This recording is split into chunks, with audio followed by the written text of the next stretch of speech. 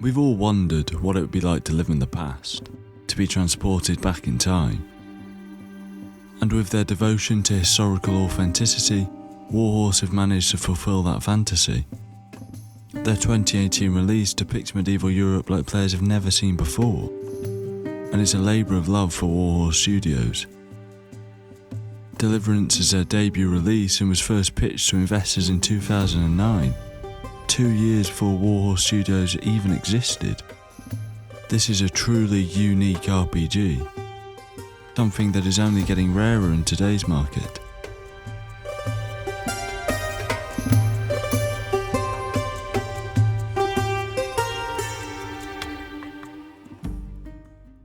I just need to clarify that I'm not a historian. My knowledge of history goes as far as what Wikipedia tells me, so I'm sorry if I make mistakes. Please exclude inaccuracies, and I apologise in advance for the pronunciations I will no doubt butcher.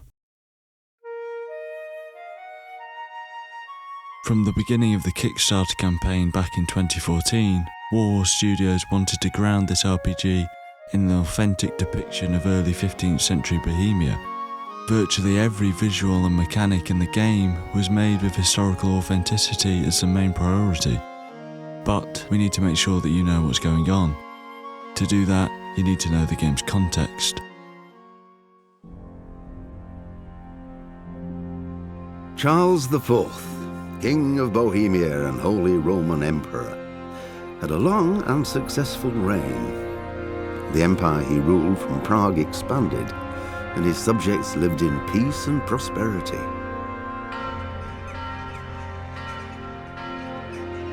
When the emperor died, the whole empire mourned. More than 7,000 people accompanied him on his last procession. The heir to the throne of the flourishing empire was Charles's son, Wenceslas IV, whose father had prepared him for this moment all his life. But Wenceslas did not take after his father. He neglected affairs of state for more frivolous pursuits. He even failed to turn up for his own coronation as emperor, which did little to endear him to the Pope.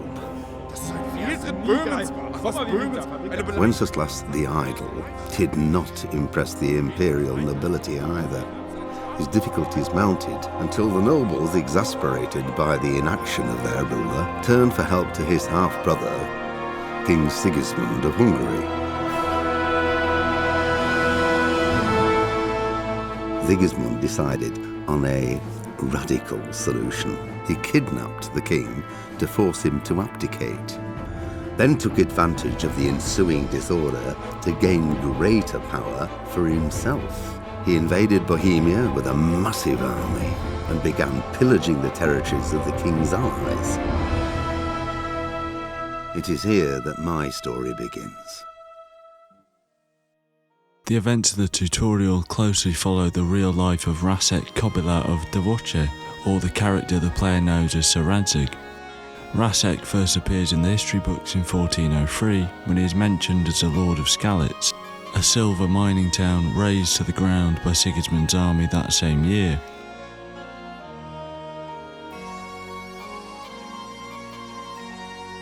Rasek evacuated the town, fled to Tarnberg, before moving on to Ratai.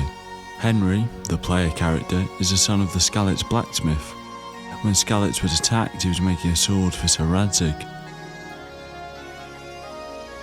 After watching the murder of his parents, he flees to warn the Lord of Tarnberg, Sir Divish. While Radzig leads the villagers of Skalitz to Ratai, Henry returns to Skalitz to bury his parents, losing Sir Radzig's sword, as he has to be saved from a bandit named Runt. The rest of the tutorial then consists of hunting down Runt in an attempt to return Sir Radzig's sword to him. Along the way, Henry is taken into the service of Sir Radzig. Be that as it may, why have you come here? I must get your sword back. Sword? My sword hangs here at my side. No, the sword my father forged for you. One of those thieves stole it from me.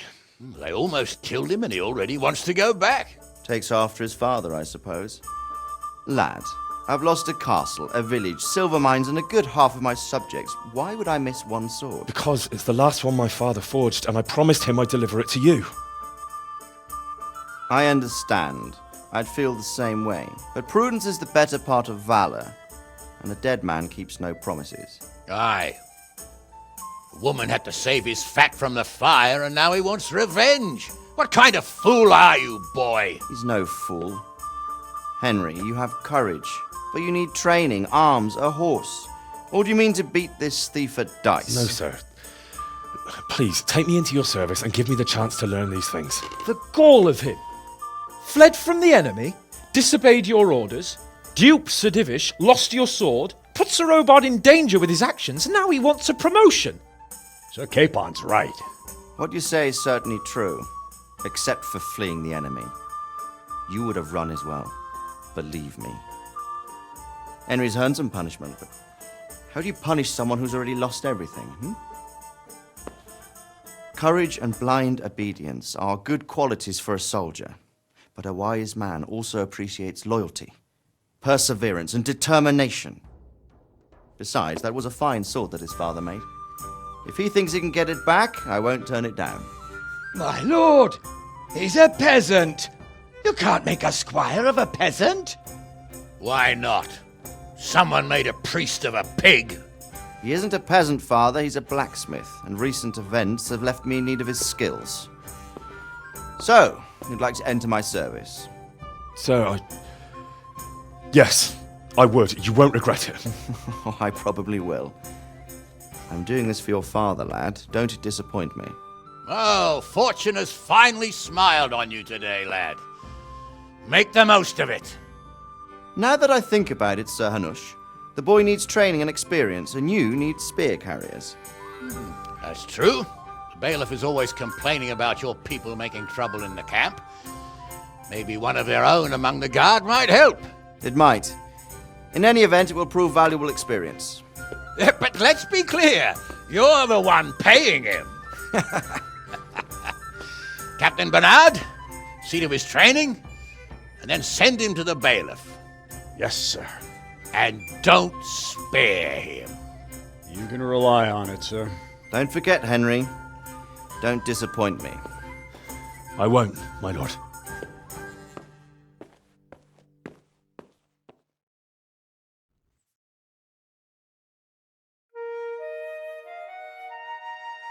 When the player first takes control of Henry, he can't read, write, swim, or even hold a sword. Not exactly a hero in the making, but what he does have is a desire to go travelling, see the world and meet new people. He is designed in a way where the player can believe that he was a real human being.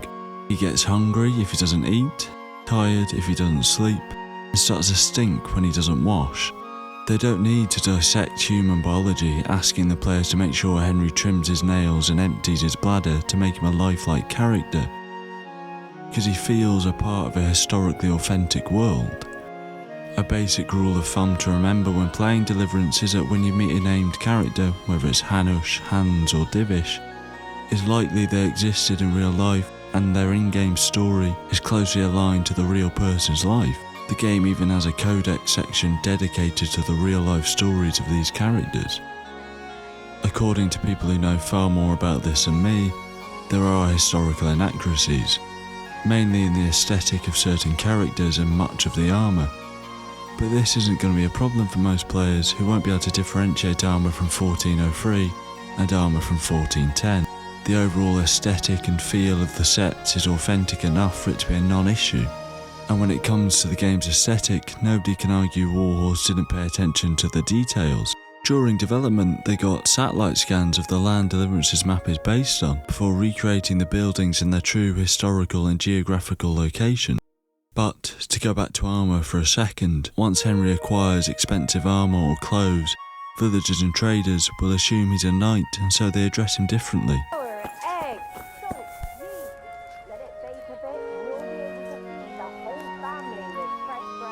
God save you, good night. What can I do for you? Not exactly a game changer, but a nice touch. And reputation is important. Having a good reputation will mean NPCs are more likely to help you. and merchants will offer their goods at lower prices while paying more for yours. A player's reputation will be different for every village, town and faction. Your reputation falls when you commit crimes or unchristian deeds, but also when you intimidate people, refuse to help them, or get caught out lying to them. This devotion to historical authenticity does bring up problems. The only time a woman does anything in the main quest is asking men for help or having a romance with Henry.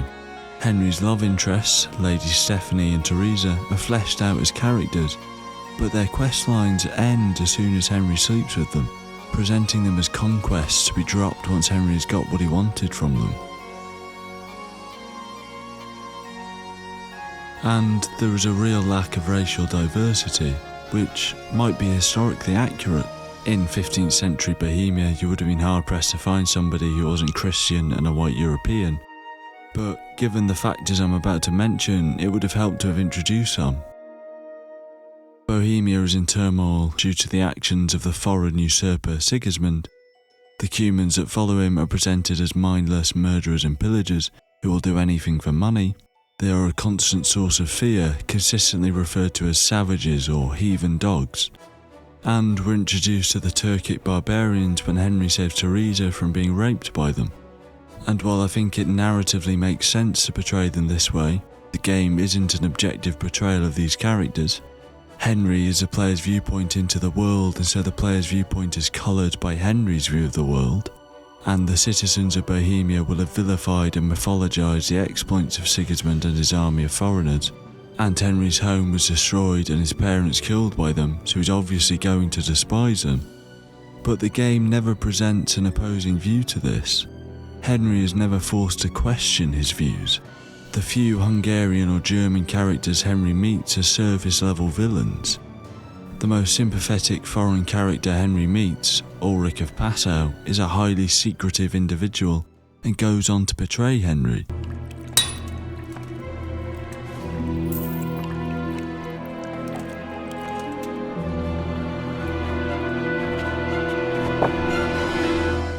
Jesus Christ, who are you and what are you doing here? I'm here at the command of the royal hetman, Sir Radzig Kabila. And who's he? That's no concern of yours. I'm sure we could come to some sort of agreement. I have plenty of coin. We can come to an agreement that you'll keep your mouth shut. Please, don't take this personally. Wait! What? Do you want to do it? Be my guest. It gives me no pleasure. You can't kill him. I have orders to take him to Ratai. That is unfortunate. I have orders to kill everyone involved in this business. You can't do that! I have no choice, as you are aware.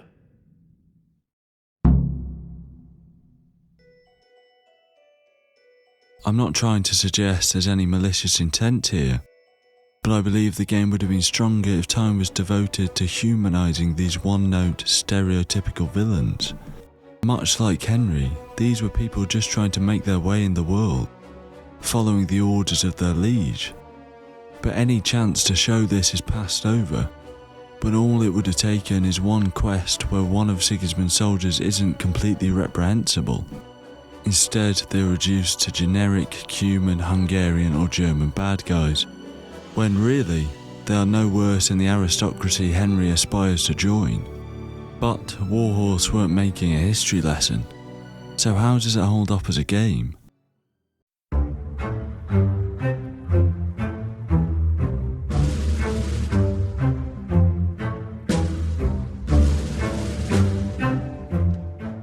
One of the best things Deliverance does is disempower the player. Like I said before, when the player takes control of Henry, he can't fight. He doesn't own any weapons or armour, so whenever he gets into fights, like when you lose Sir Radzig's sword, the combat will consist of you getting absolutely destroyed. Henry's nothing special, he's not your ordinary protagonist, he's just another citizen. And his only advantage, being a blacksmith's son in the Middle Ages was a real advantage in a feudal system. But this, and his parents, are taken away from him just a couple of hours in. The game completely disempowers you, and it's genius. The player has a clean slate to build Henry as a character. There is no predefined build that the game tries to push the player to.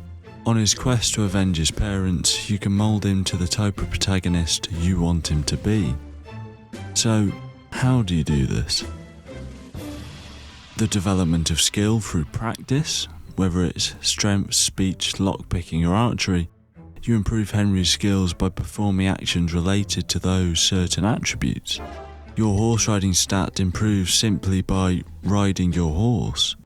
Your maintenance and alchemy stats improve every time you repair armor or brew potions. You can also improve a number of skills by going for lessons with a wide range of experts dotted across the map. A fast track to leveling up, if you can pay for it. Hunters can train your hunting or archery stats, blacksmiths can train your maintenance stat. Visit Captain Bernard or Sir Robard to improve your proficiency with melee weapons. Henry can even learn to read and write both Bohemian and Latin by paying for lessons with a scribe. Approach any of the millers dotted across the map for lockpicking lessons. Learn to pickpocket from vagabonds or ask Brother Nicodemus to improve your brewing at the Sasau Monastery. These are incredibly useful for players who don't want to spend time practicing every skill, because every skill will have its uses through both the main quest line and the insane number of side quests. But these lessons are expensive, and you can only have one lesson every 5 levels, so it's better to view these as supplementary. Charisma, visibility, conspicuousness and noise function differently from the rest of your stats. They change constantly depending on what you're wearing, how clean Henry is, and any perks you've activated. You can improve your charisma by wearing expensive clothes, but you can also lower it when your hero is dirty and covered in blood. If you're wearing protective armour like plate armour or chainmail, they'll protect you more in combat but will make more noise, making it harder to sneak. Expensive clothes might improve your charisma, but they will also raise your conspicuousness, meaning NPCs are more likely to notice you, also making it harder to be stealthy. Adapting your appearance to your situation is important, but making sure Henry gets his wounds cleaned and his body washed is a must. Increasing your stats unlocks a range of perks. While some of these are flat percentage increases to skills you already have, like the scout perks that simply increase your range of view in fast travel, or the first aid perk that improves the effectiveness of bandages, the majority of unlockable perks are risk-reward dilemmas for the player. Most perks have both positive and negative consequences to activating them. The ascetic perk means that Henry can last longer without food, but once he's hungry the effects will be worse. And a number of perks have at least one opposing contrasting perk, and the player can only choose one. The Burger perk gives Henry a stats boost in the vicinity of villages and towns, whereas the Savage perk gives him a stats boost in the wilds. Once you progress far enough through the main level, you are presented with a choice of 5 contradictory perks that can't be combined. The Cloak and Dagger perk offers a stealth bonus at the cost of reducing both your strength and speed. The Golden Tongue perk gives you a really strong speech bonus but massively reduces your strength stat. Whereas the Juggler perk improves Henry's agility to the detriment of his speech and charisma. And the Ken perk makes Henry more charismatic but weakens his strength. This forces the player to consider their gameplay style and how they want to approach the game moving forward. You can't deactivate or reassign any of these perks, requiring the player to evaluate the way they are approaching the game and specialising in certain areas. The mechanics themselves are influenced by your stats. The first time you pick up a bow, drawing the arrow takes forever and the bow shakes and sways off course. But as you practice, your level will increase and controlling the bow will become easier, and you'll understand archery and Deliverance is all about rhythm and timing. Before completing the side quest Mightier Than the Sword, any book or note Henry attempts to read will just be complete gibberish. because what else is he gonna see when he can't read? And as Henry practices and gets better at reading, the words will become progressively more comprehensible and the books will take less time to get through. Virtually all the mechanics start off feeling clunky, unresponsive, slow, and overall just poorly designed. Often to the point, especially for the unique lockpicking system, that they feel unnecessarily punishing. But the development of your skills in tandem with the mechanics becoming quicker and less obstructive makes for an incredibly satisfying combination. Following the initial disempowerment of the opening hours, the feeling of empowerment when you make tangible progress is glorious and makes for the best character progression system of any modern RPG. The system is so comprehensive and layered that you feel like no moment is wasted. You're not incentivized to kill bandits and humans through material and superficial rewards, although they are there, but they're secondary to the reward of knowing you're better than your opponent. God damn.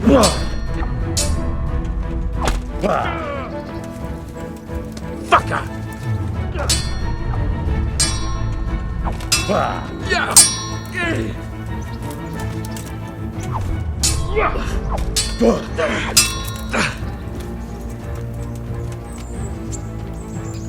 What's up? Shit yourself?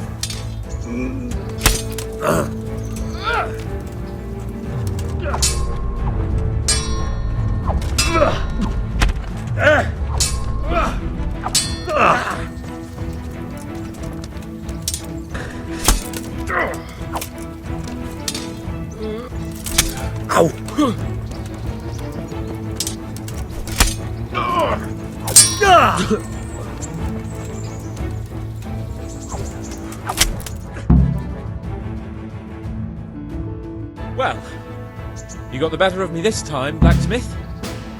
Must be having an off day.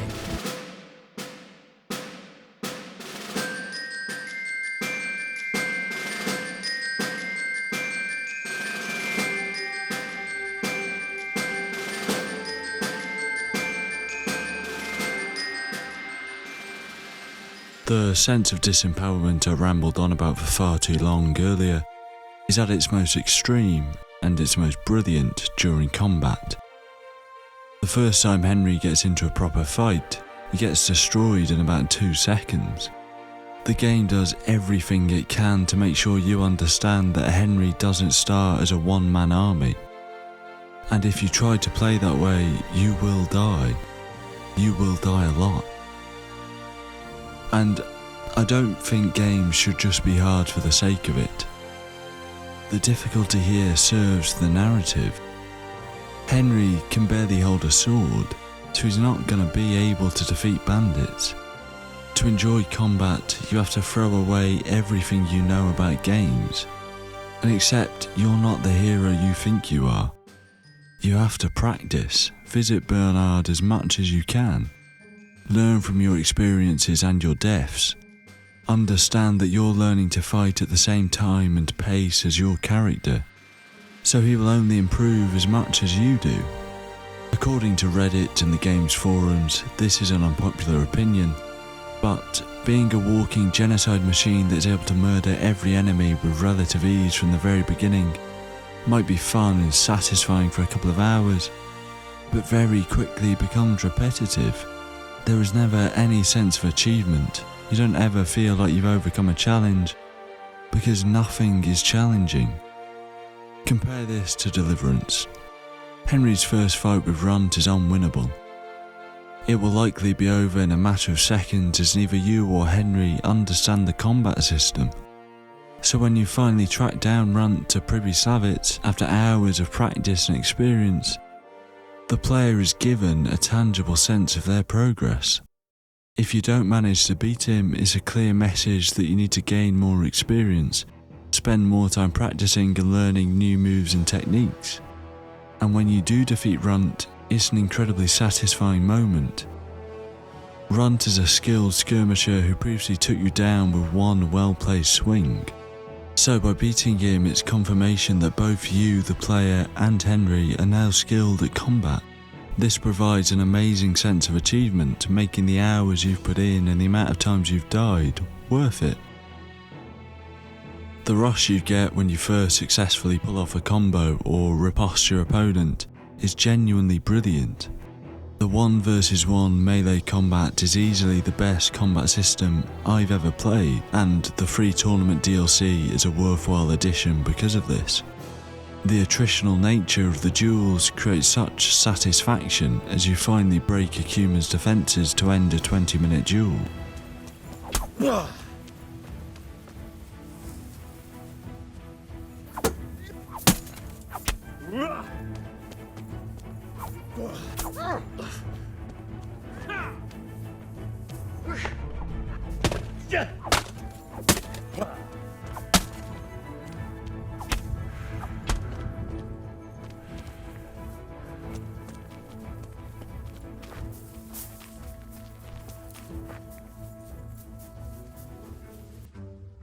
Duels are often careful and considered, a battle of wits as you try to put your opponent into a vulnerable position, whether it's closing the distance to overpower them in the clinch, or feinting to try and pass through their guard.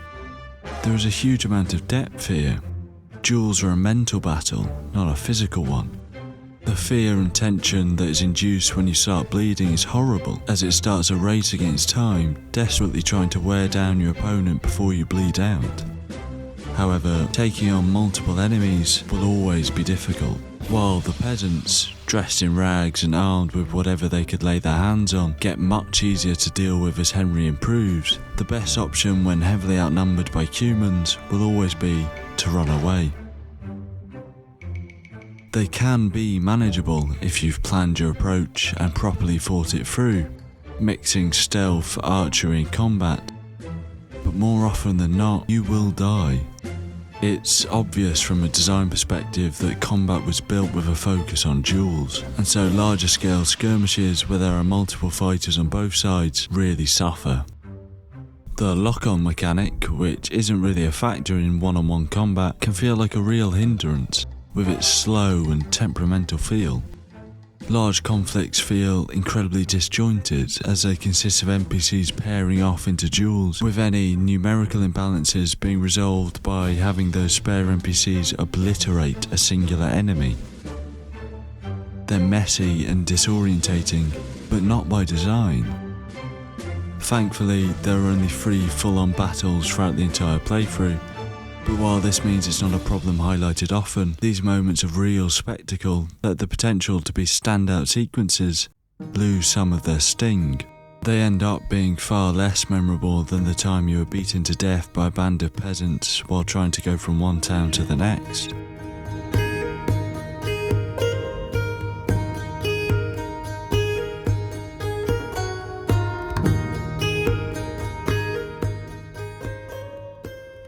Despite the myriad of visual glitches and problems, the world feels real and immersive. Why? Well, remember how Henry was trying to find Runt to get Sir Radzig's sword back? While trying to find Runt and his group of bandits, Henry starts investigating a botched raid at Neuhof, where the victims described a bandit leader markedly similar to Runt. Henry learns that during the raid some of the bandits, including one called Timmy, got nervous and abandoned the others. Now Henry has to try and find Timmy before Runt's gang kill him and get him to tell you where Runt's camp is. When you finally learn of Timmy's location, Runt's bandits catch up to you. Moorcock, Runt's lieutenant, offers Henry the choice of joining their gang if he gives up Timmy. And from here the player is supposed to do one of 3 things. Your goal isn't to save Timmy, but to find the location of the bandit camp so you can accept Moorcock's offer and give up Timmy. Or if your speech stats are high enough, you can give the bandits a false location for him, allowing you to get to him first and learn the camp's location from him, or you can try and fight them. And we know how that ends.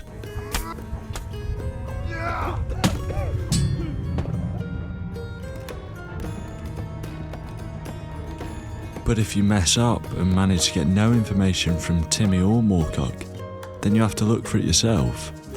This was the only lead Henry had, and you messed it up. The quest switches from trying to get Timmy or Moorcock to tell you the location to finding the camp on your own. Your objective is now to search the woods north of Talmberg and hope you stumble on it. You don't have an objective marker telling you where to go, because you don't know where to go. Nobody's going to find this camp for you, so Radzig gave this task to you. The game isn't going to bail you out. There's no fail state. Neither Moorcock or Timmy are just going to come back to life because you need their information. You can't just reload a save and try again, because the only ways to manually save are to drink a saviour schnapps, which are incredibly expensive and so you likely won't have any on you, find a place to sleep, or exit the game. This forces you to live with the consequences of your actions, watching the narrative bend and react to your decisions and your mistakes, unless you like losing 2 hours of progress. One thing you learn straight away is the world will move on without you. You are entirely insignificant to the persistent world of Deliverance, and it's brilliant. Henry finds himself caught up in the main story.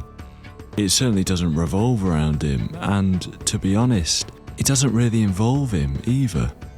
Henry could just be another NPC. The NPCs are all voice acted, even if most offer the same vanilla set of dialogue options, but in the towns and villages the NPCs, and their own time-dependent routines, help create a real organic sense of community, like the tight-knit community of monks in the Sasau monastery.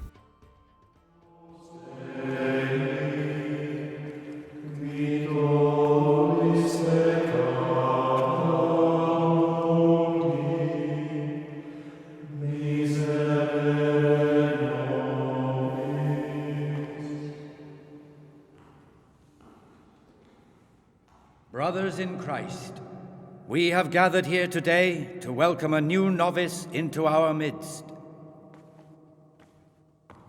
Dear brother, forget your former life and embrace your new vocation in the community of the monks of St. Benedict. While raiding Pribyslavitz and killing Grunt, another group of bandits has attacked one of the local villages, Merhoyed. But not only have the villagers repelled them, they've managed to take one prisoner. From interrogating him, Henry learns that Rump was paying the bandits at Merhoyed, and that Rump works for someone called the Chief. After following the leads, Henry learns that henchmen of the Chiefs are recruiting in Sasau. Intending to learn the location of their camp and report it to Sir Radzig, Henry heads to Sasau to join the gang. When he manages to secure a meeting with them, they set Henry a test of loyalty, tasking him with killing the last of the breakaway bandits from Neuhof, Pius. Simple. Except it's not. Firstly because Henry has sworn to serve Sir Radzig, who has instructed Henry to bring Pius to Rattay for a trial. Secondly, and more importantly, following the massacre at Neuhof, Pius took his vows and joined the Sasau monastery as a monk. This presents two surface-level problems. The Sasau monastery is kept locked up like a prison, none of the monks are allowed out, and a special writ of admission is required to enter the monastery as a novice. To obtain this, Henry can either steal it or convince a local noble's son to give it to him. The second problem is that when you enter service as a monk, you are given a new identity. Henry, for example, becomes Brother Gregor, so once Henry's inside, he doesn't actually know who he's looking for. It could be anybody. Henry is accepted into the cloister as a novice, and while attempting to find Pius, has to follow his strict daily schedule, with only a few hours of free time every evening, or face 24 hours in confinement. From asking around, Henry learns that anybody who joins a monastery has to serve as a novice for a year before becoming a monk, so the investigation is narrowed to your fellow 4 novices. Novice Antonius is friendly and appears to be an open book, a merchant son who decided the merchant life was less appealing than the cloth. Novice Lucas is quiet and closed off, has no friends in the monastery and nobody knows his past. Novice Siskin is the youngest son of a noble sent to become a monk to repent his family's sins. Novice Yodik is the son of a poor, impoverished farmer who managed to scrape together enough to pay for Yolok's entry into the service of God. A simple whodunit, and a really hard one. The majority of your time will be spent following the daily schedule, making potions and copying Latin texts. The monastery is so tightly run, Henry might need help looking for clues. Once you feel like you know the novices, or at least know one of them well enough to rule them out from being pious, you can ask them to help your investigation. If you ask the wrong one for help, then this happens.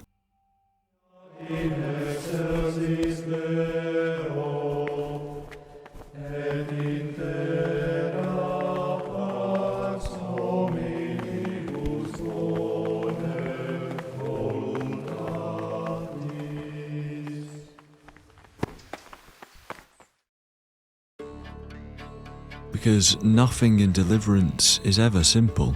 This game doesn't hold your hand. Unlike a lot of modern RPGs, players aren't given special treatment because they're the protagonist. Most modern RPGs ask the player to find something, whether it's a location or an object, and then puts a quest marker on its exact location, treating the player like idiots, giving them information that their character has no way of knowing. This reductive game design thankfully doesn't appear anywhere in Kingdom Come.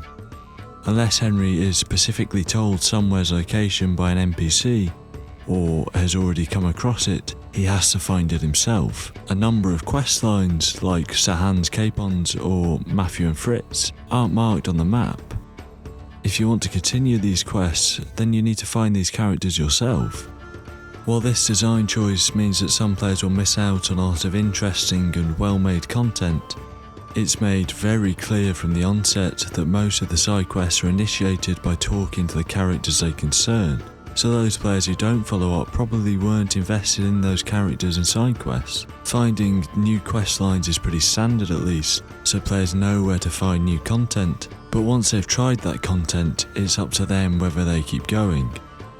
And with the range of side quests available, whether it's clearing bandit camps, negotiating with robber barons, or romancing the local miller's daughter, every player will be catered to by the 83 quests in the vanilla experience. Deliverance trades size and scale for a vibrant density. The 16 square kilometre map might not match up to the likes of GTA, but every inch of this map is dense with architecture, foliage and characters. Whether it's the grandeur and scale of the Ratai castles and the Sassau monastery, or the lush greens of the scenic forests, Deliverance is truly breathtaking. A bit like Henry.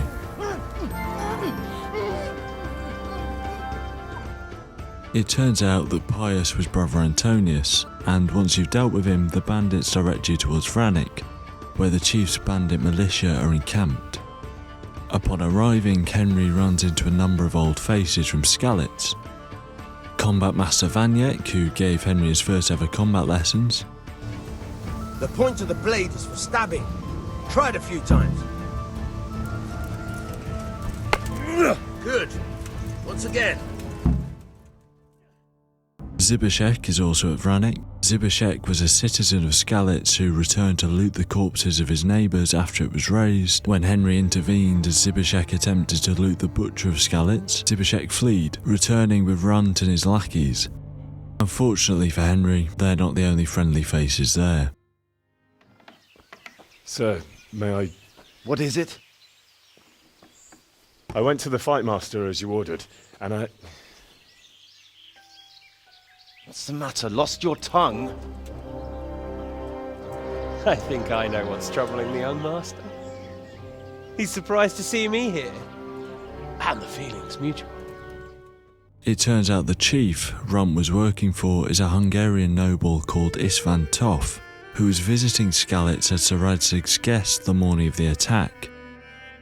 He accompanied Radzig to Martin's Forge for the demonstration of Radzig's sword, and so he remembers Henry.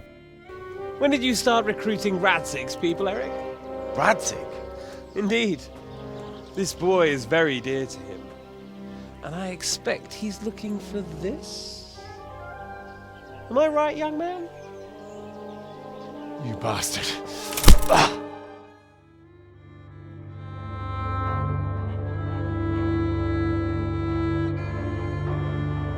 Down to its very core, Deliverance's story is incredibly cliché.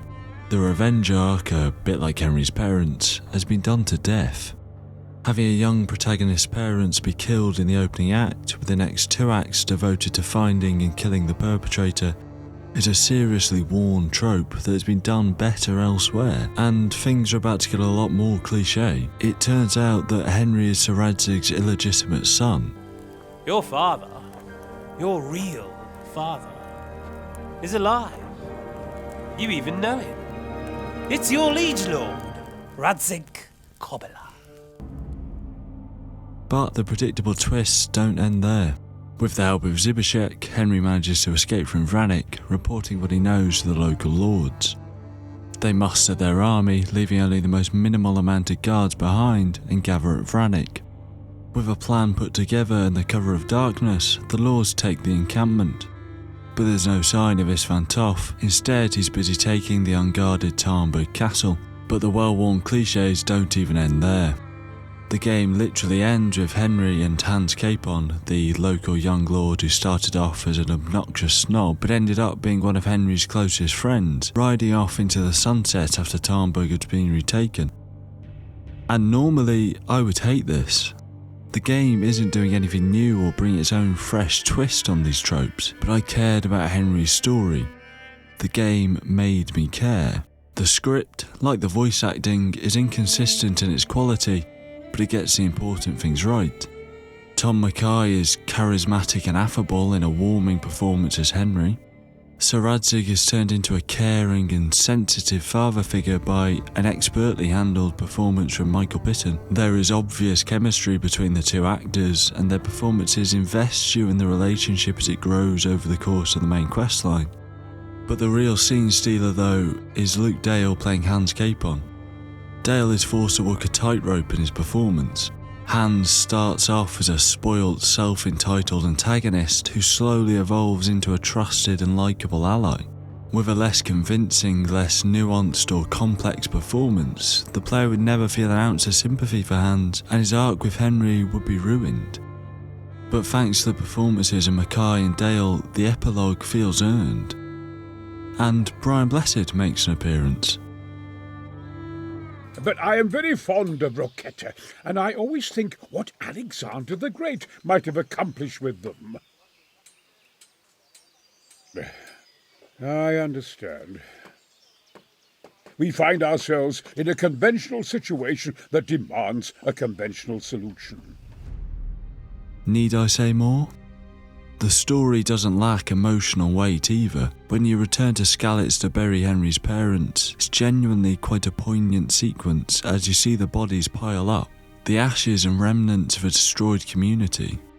Spending time finding a spade and digging your parents' grave under the linden tree, only for Henry to be stopped from burying them, attaches the player to Henry's arc.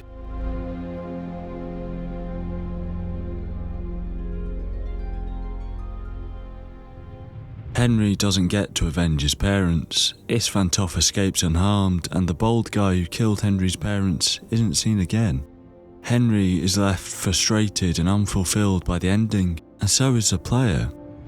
Warhorse have been very clear that Henry's arc would take place across a number of installments. The final hours of Deliverance are clearly setting up a sequel, establishing the wider lore and introducing the League of Lords and their conflicts. Establishing a grandiose plot of political intrigue and a war for succession, and I can't wait. Deliverance is an amazing and truly unique experience, with the love and ambition of these first-time developers pouring through the entire project, resulting in arguably the most satisfying modern RPG there is.